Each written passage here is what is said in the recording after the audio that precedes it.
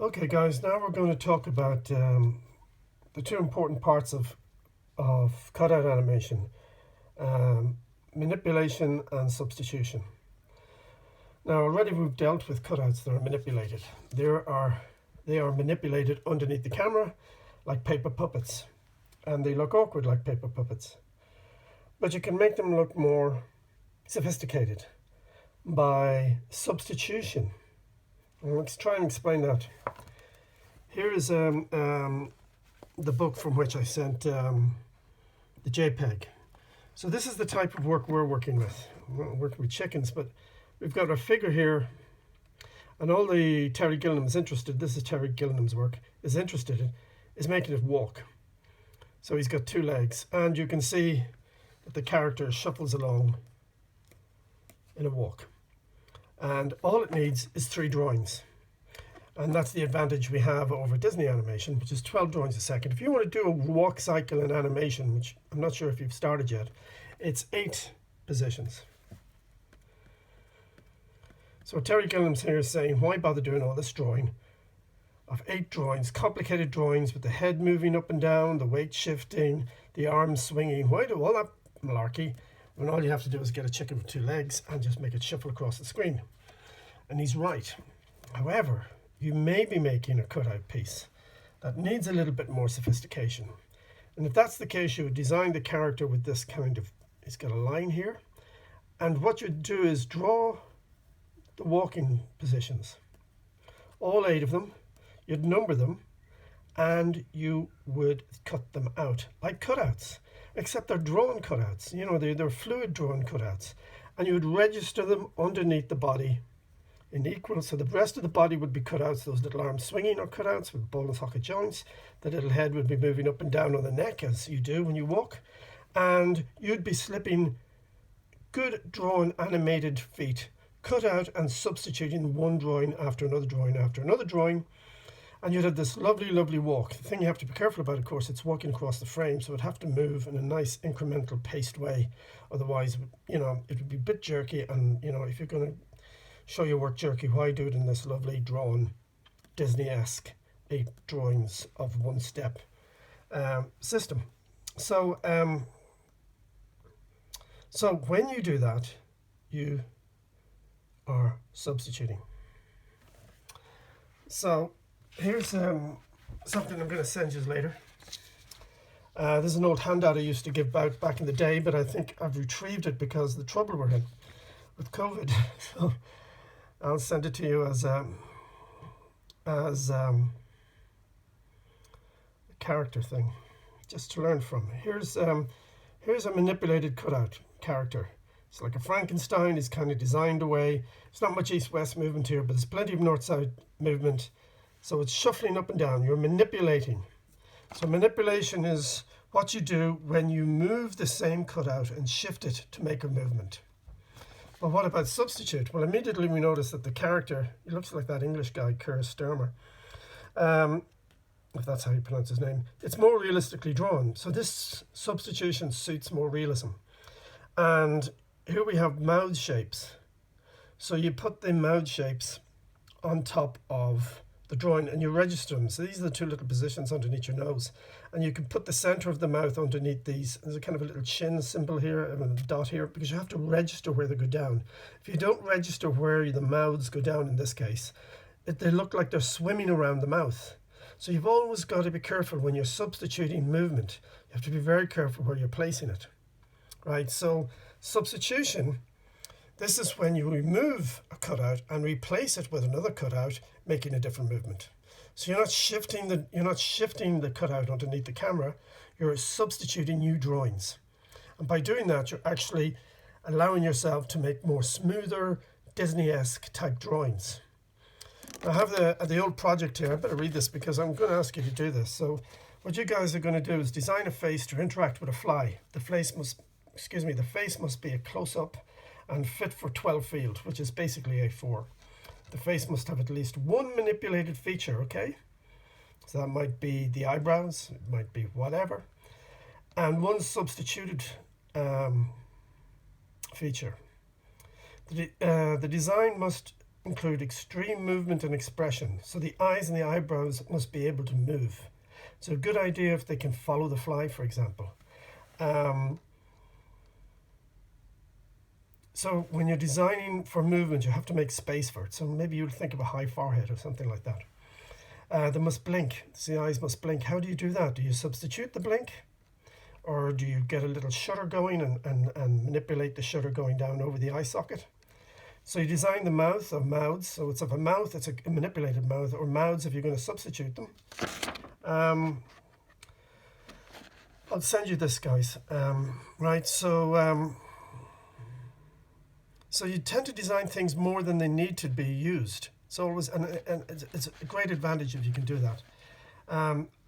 So what we did in the class was we had the same fly that went through everyone. So you're going to have to make your own fly.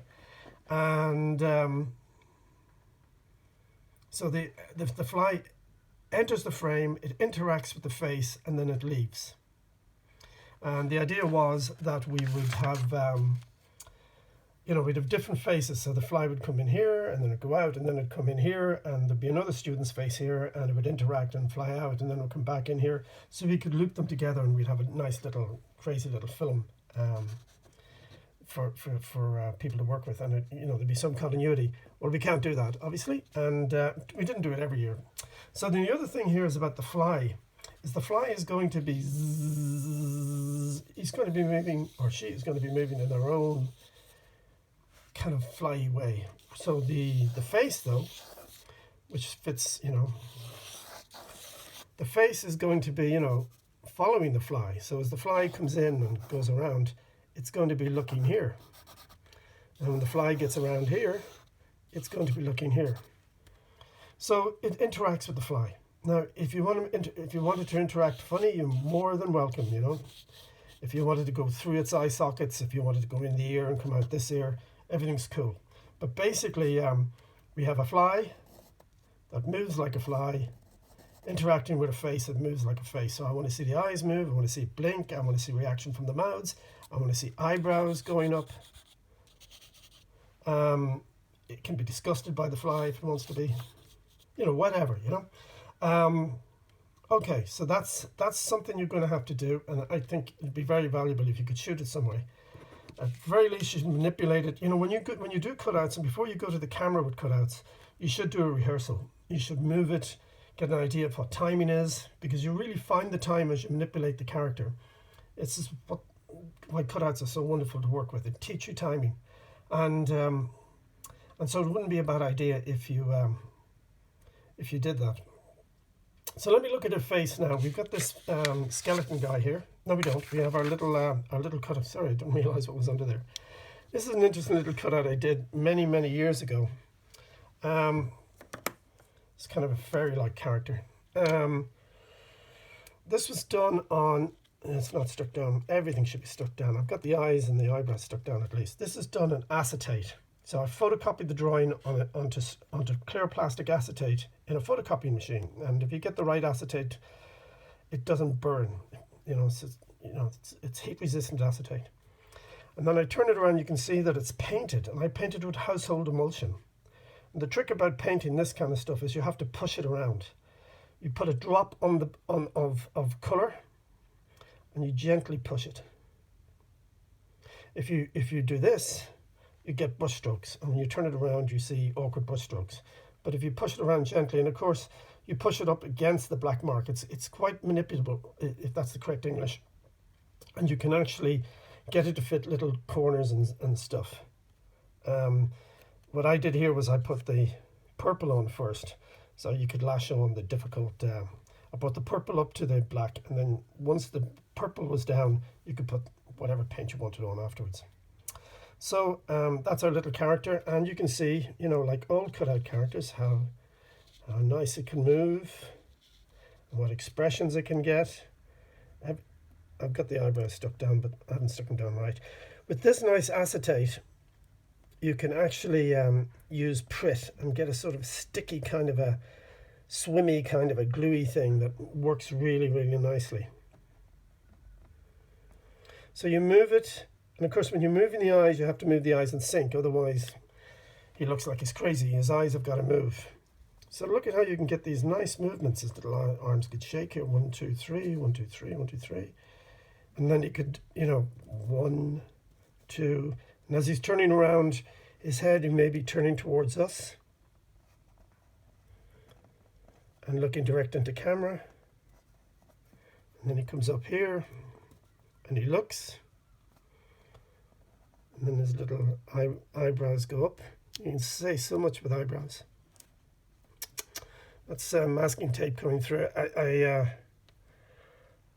was never really a masking tape guy, but it's kind of convenient. All my cutouts were done on acetate when I was working in cutouts. So there you go. There's a little character's mistake there, but don't worry about that. So he's got loads and loads of movement. You could get so much expressions out of him with eyebrows, with eyeballs moving, with his little hands moving, with his head going up and down. Now, what about substitution? Let's substitute. I wanted his eyes to have a nice big blink because his eyes are big and they're very obvious, and I didn't really want to get into awkward. I didn't want to get into awkward kind of cutout kind of stuff. I wanted to be smooth. So here he is. Yeah, this is stuck down. It's always good to stick stuff down. Here we go. So this is one of his positions in the little film that he debuted in, and I wanted him to blink. So I shot that for a few frames, and then I substituted because, like I said, I didn't want to do a big cutout. So you can see the heads are exactly the same. I've got places where I can substitute. You see those two little bits of hair up there? And these two bits of hair are the same. So I could lock it in. You couldn't, professionally, you couldn't just put one over the other, although I'm sure many people do.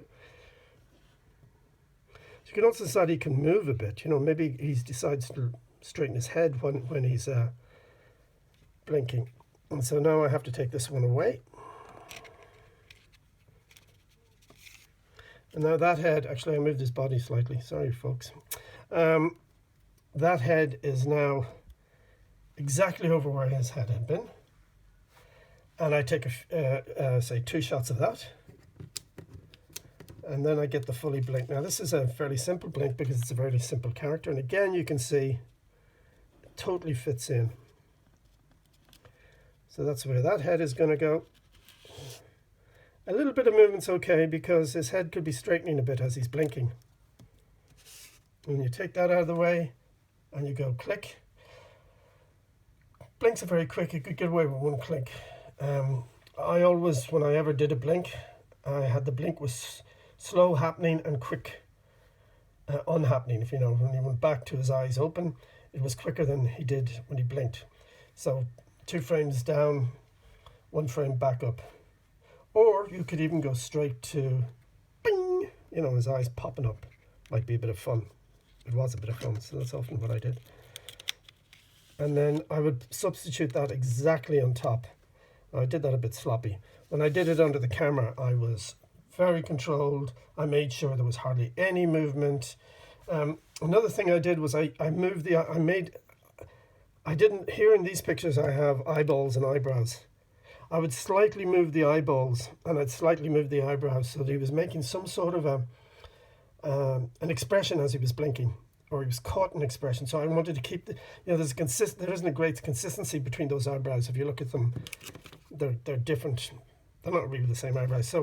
So I used to transfer very, very carefully one eyebrow down on top of the other eyebrow after I substituted them, the heads, and one eyeball. I used to do it very slowly and very precisely, much more than I'm doing it today because, I was getting a wage for it, and I'm getting a wage for this too, but I'm really getting a wage for teaching, not making a film. Okay, so you understand what's going on there. So I'll move these aside. So that's substituting for a good blink. But you very often substitute for a good walk actually, or some good flourish movement. And often in cutout animation, a lot of special effects is done. So one of the things you do with cutouts is, I don't know if you can see this, is you store them in envelopes. And you list the envelope. This happens to be for first year animation, but it's probably where the title of the film would be. And this would be a skull, jaw, 2 eyes, 2 eyebrows, and a shoulder and neck. And that is basically what you have in the envelope, and that's what you should have in the envelope. Otherwise, everything is all over the gaff. If you're making, if you've got 16 cutout characters and various close-ups and long shots and what have you, you're going to end up with about 50 envelopes, and you have to file it. You have to be neatened. You have to be tidy. You have to be clean. I don't mean you have to have a shower every day. I mean your work has to be clean. I'll give you an example here. This has got quite dirty over the years. Okay, the camera moved a bit. Okay, so you'd have this in the bottom of the frame, and you can see this is a neck and a skeleton. Can't go very far wrong with necks and skeletons. So the head can come down, the head can go way up, it can rock from side to side. If there's a bit of a circle coming in, oh my god, it's getting too high, but it isn't a giveaway, so it's okay. You can pop up his head, show his mouth. Be really shocked. Of course, if he's really shocked, his eyebrows are going up here. Well, why can't his eyebrows go totally off his skull? I mean, why not? So maybe the fly, he's scared of flies. The fly comes in and goes, oh my god, it's a fly, when he finally realizes what it is. He could have his eyes closed, the fly does a circle, and then he kind of stirs a bit, wakes up, looks, goes, holy shit, it's a fly, and panics, because skeletons are afraid of flies. I don't know if you know that. We've all learned that today, at least. But what I want you to see with this character is how much you can get from cutouts. I mean, you can get so many. Looking at he's kind of he's kind of miserable there. He can there's not much happening in the skeleton's life. You'd like to see him wake up a bit, So he's waking up a bit. Here he is looking up at something. Oh, the masking tape didn't transfer on that. Look at how dirty this is getting. I'm getting these expressions, and I can, by manipulating slower than I'm manipulating here, and getting small movements of the eyeball, you could move from there to there in 4 movements. And the eyebrows could be leading the eyeball movement, and you can also get more of a tilt of the head. I don't know if his whole head should tilt there, and he could have a reaction with his mouth. All of these things can happen over a period of 2 seconds, where you manipulate all the pieces slowly but surely in a sort of a cadence and a dance of paced movement and timing. And you'd be surprised when you design a character how much acting you can get from this puppet when it moves. Most puppets don't move like this. Most puppets on stage are very, very rigid. If you stick a hand up into them like a Muppet, you can get more out of it. But here we can get all sorts of shapes out of them. Okay, so this is what you have to do for next week. I'll talk to you about it when I'll get back online with you. Okay, thanks for your attention.